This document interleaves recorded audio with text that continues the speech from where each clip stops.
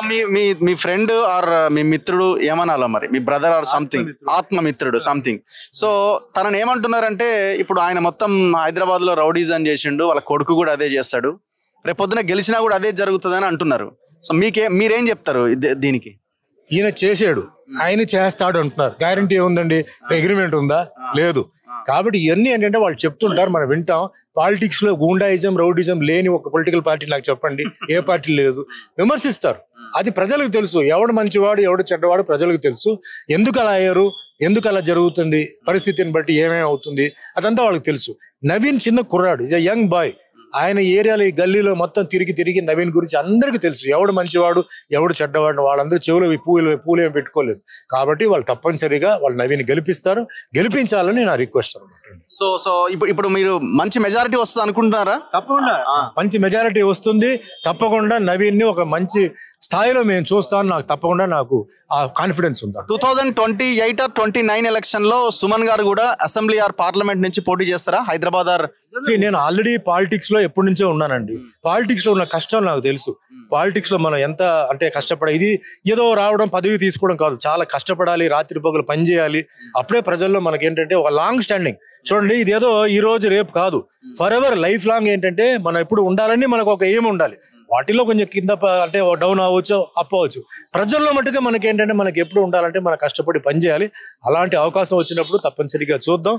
అది వాళ్ళ ఇష్టం, పార్టీ వాళ్ళ ఇష్టం. But now it is only Naveen for me. Naveen గెలవాలి.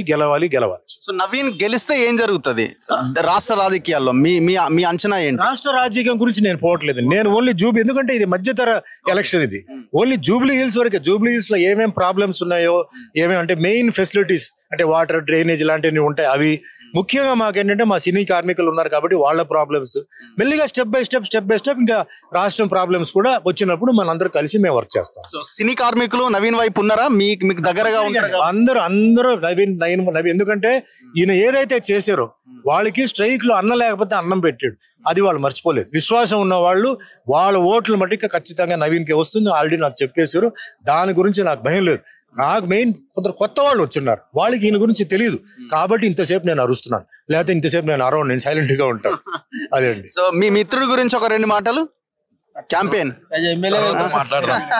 ఓకే, ఇంకోసారి మాట్లాడతాం. మీరు చెప్పండి. ఓ కాంగ్రెస్ పార్టీ ఇట్లా మాట్లాడటం చాలా మందిని మోసింది.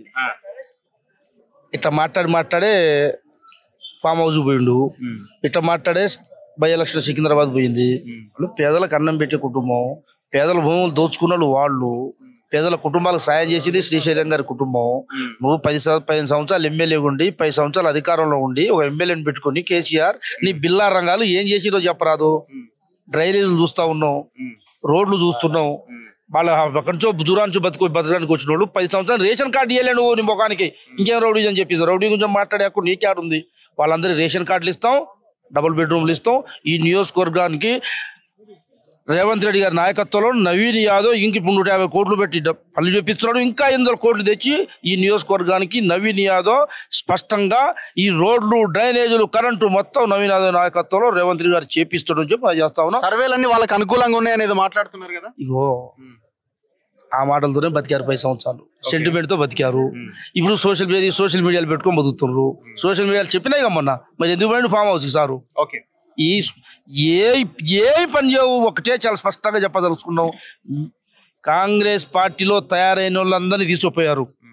ఇక్కడున్న ఆస్తులని దోచుకున్నారు. గరీబ్ వాళ్ళందరికీ అన్యాయం చేశారు. అభివృద్ధి ఇక్కడ నిర్లక్ష్యం కాబడ్డది. ఇప్పుడు నవీన్ యాదవ్ నాయకత్వం 200 కోట్లతో అభివృద్ధి జరుగుతూ ఉంది. ఇంకా 800 కోట్లు పెట్టి రేవంత్ రెడ్డి గారి నాయకత్వం అభివృద్ధి జరుగుతుంది. ఇగో వీళ్ళంతా అపార్ట్మెంట్ వాళ్ళందరూ ఐక్యతగా ఉండి మీటింగ్ పెట్టుకుంటా ఉన్నారు. సో ఆ సర్వే లేదు, ఈ సర్వే లేదు. నవీన్ యాదవ్ 100కు 200% మంచి మెజార్టీతో ఈ నియోజకవర్గం గెలుస్తున్నాడు.